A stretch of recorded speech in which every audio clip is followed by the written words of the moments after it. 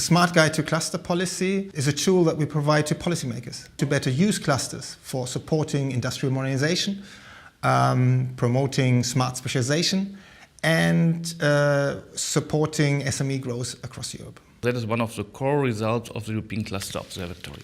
The Cluster Policy Guide is structured in 3 parts. The first part is more an explanation what we understand by cluster policy, cluster organizations. For those who are not really experts, it's very confusing, so it's very important to have a clear definition. In the second part, we explain what are the new trends in cluster policy, what is future-oriented cluster policy, what are the do's and don'ts on cluster policy. For example, you should not try to support as many clusters as possible. You should focus on the strengths.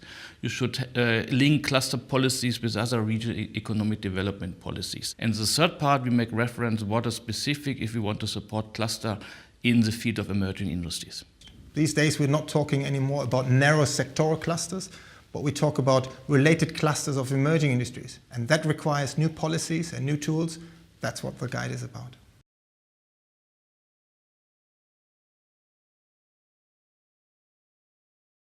Coralia is a multi-cluster facilitator established in Greece in 2006.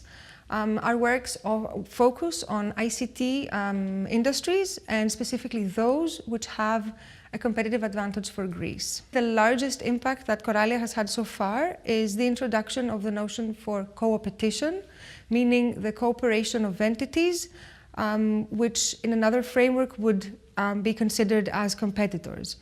One other significant impact was the focus in smart specialization in a way, that is to focus in these areas that have a significant advantage for the country and try to work towards growing them further. So I would say that we have used clusters as levers for further growth in the country.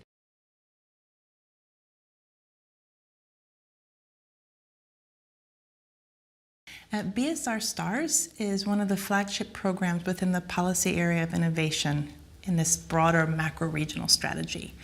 And the aim of the program is to couple up innovation hubs or specialized clusters across national borders.